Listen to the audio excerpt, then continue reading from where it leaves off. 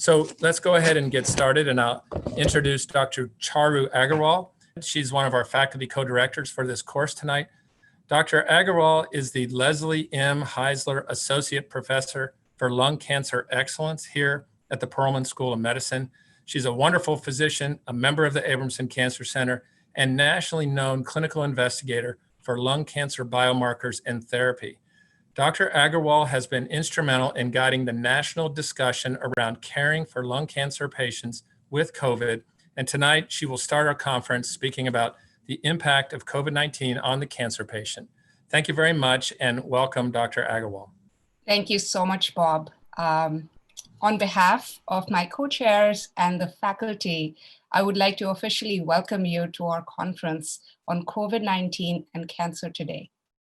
To begin the conference, I would like to discuss the impact of COVID-19 on the cancer patient. Some of the data in my talk has only been presented as abstract form and therefore should be considered preliminary. Infections with SARS-CoV-2 and subsequent COVID-19 disease was initially identified in Wuhan, China in 2019, and subsequently was declared a pandemic in early 2020. Initial reports of increased mortality were reported in older adults and in those with high or more comorbidities. The curve on the right is all too familiar for many of us. As the number of daily confirmed coronavirus cases have increased, so has our understanding of the impact of COVID-19 in cancer. In fact, over the last 6 months, we've had an exponential increase in our understanding of the risk factors for cancer patients.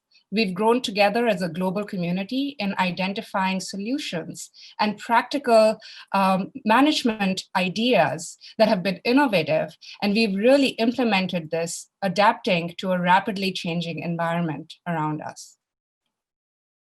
Much of the data that we know today has come from shared experiences and information from global registries that have spanned not just the United States, but international boundaries.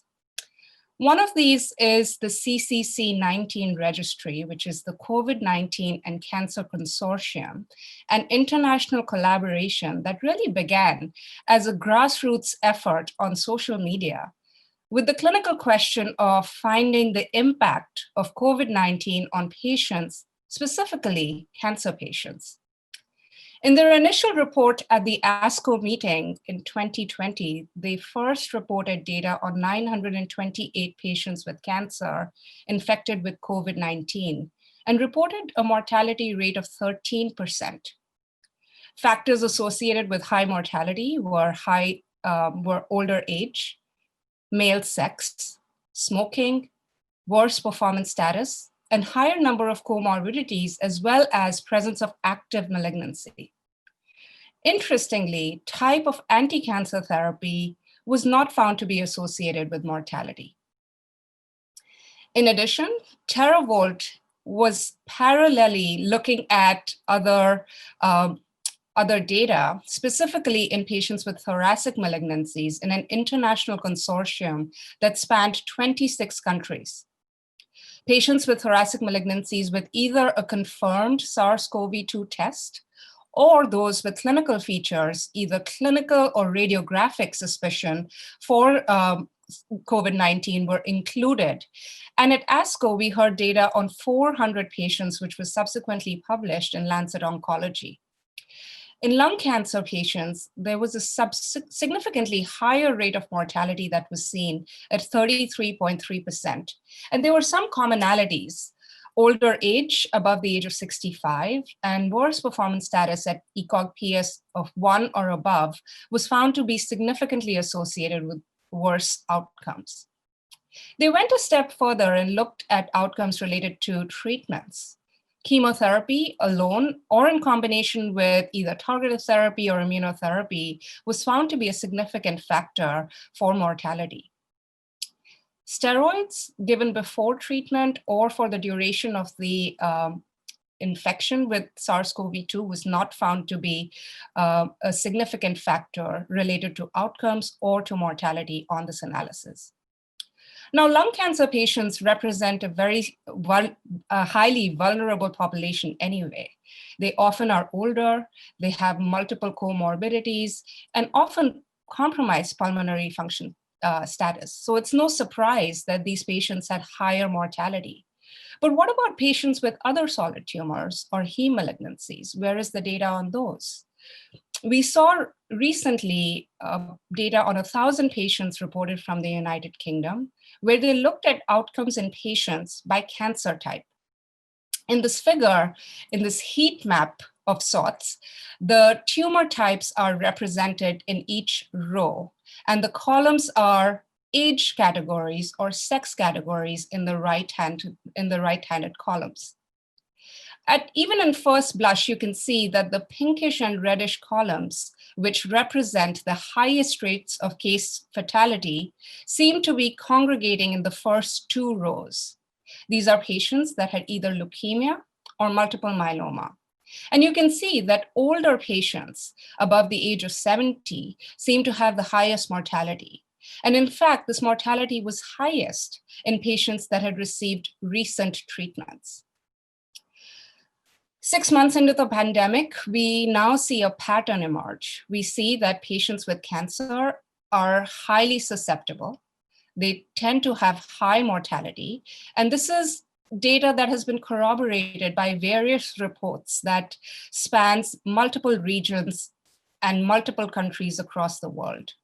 Mortality rates of 11 to 33% have been reported in many of these studies, but we still don't know the effects of treatment since those have been variable across these many reports. At this year's ESMO meeting, we saw data on the two largest cohorts of patients with COVID-19 presented to date. The first one of them was data from the ISARIC consortium, which is the International Severe Acute Respiratory and Emerging Infectious Consortium. They presented data on about 7,000 patients with cancer and compared it to 60,000 patients without cancer. In their cohort, about 10% of the patients admitted to the hospital had a history of cancer. And we see pretty much what we've come to expect, that outcomes of patients with cancer were much worse.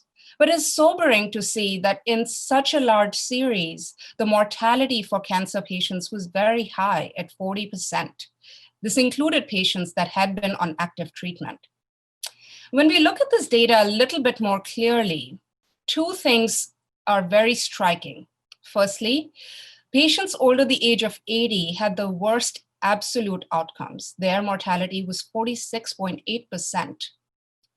But what was really interesting was that patients younger than the age of 50 had a much higher rate of death compared to their counterparts that were young and had no history of cancer. Here you can see the hazard ratio for these young patients to die from COVID-19 was 4.09, leading to the worst relative outcome in these adult patients. Now, is this related to the biology of cancer in these young patients, or is it related to the delivery of supportive care or critical care services?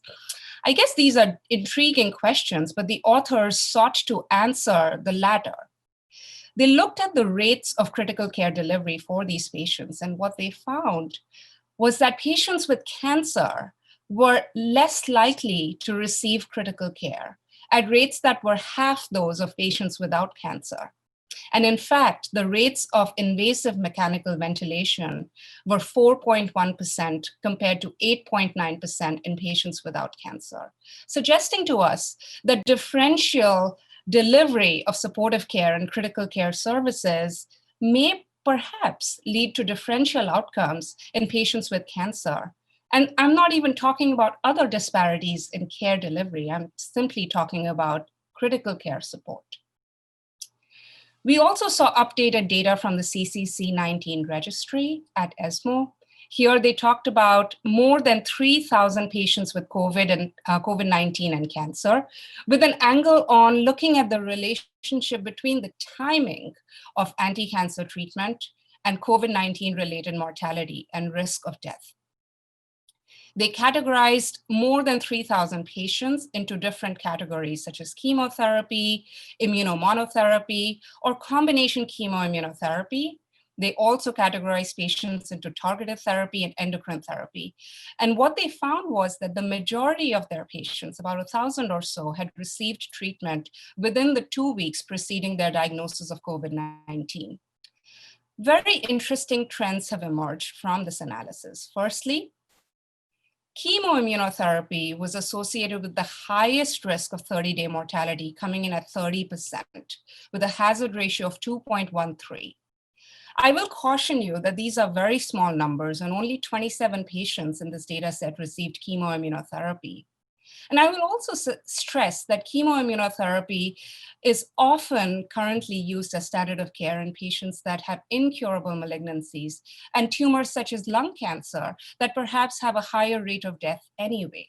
But still, this is intriguing data that needs to be validated.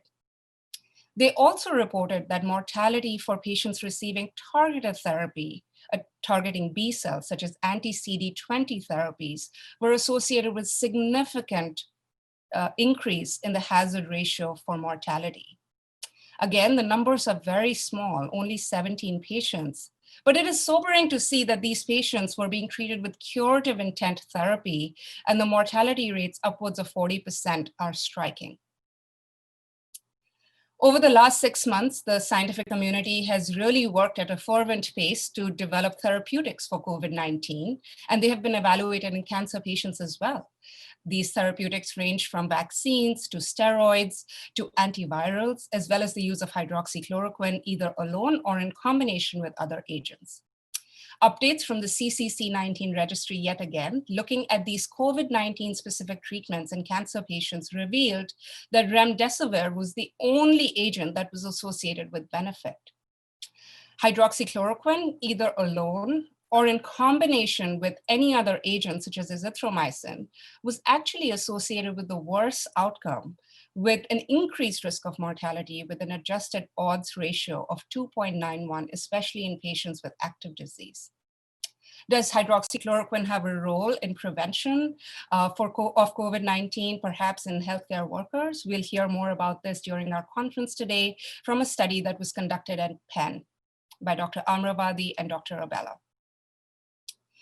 Cancer and COVID-19 really represent a dilemma in modern medicine. They are the Scylla and Charybdis of Greek mythology. For many of you who may not be aware of Scylla and Charybdis, in Greek mythology, Scylla was a 6-headed monster that lived on a rock. And across the narrow strait, Charybdis was a whirlpool. Ships and sailors would have to cross this narrow strait and face one or the other before meeting their fate. Cancer and COVID really represents Scylla and Charybdis. It represents being between a rock and a hard place for us, as well as our patients. And many questions remain. Which patients can we safely treat during the COVID pandemic? Which patients can we watch? Where can we afford to take the risk? With many of these questions in mind, we at Penn Medicine over the last 6 months have published national guidelines for cancer care during the COVID-19 pandemic. Following key principles of risk mitigation, we have been able to safely deliver therapy, not just for solid tumors, but also for heme malignancies. Our cancer care at home program has grown tremendously during the pandemic. Over a 7-week period, we increased our home infusions by 700%, again, delivering care safely. We also created institutional protocols for testing, monitoring, and delivering chemotherapy, as well as cellular therapy, and you'll hear much more about this during our conference today. So in summary, patients with cancer and COVID-19 have exceptionally high mortality, which has been corroborated by many national and international studies. Older age, receipt of chemotherapy either alone or in combination with immunotherapy seem to increase this risk. risk-benefit ratio should be carefully considered so that we can manage our patients and safely deliver timely care for cancer for our patients. With that, I would like to thank you for your attention.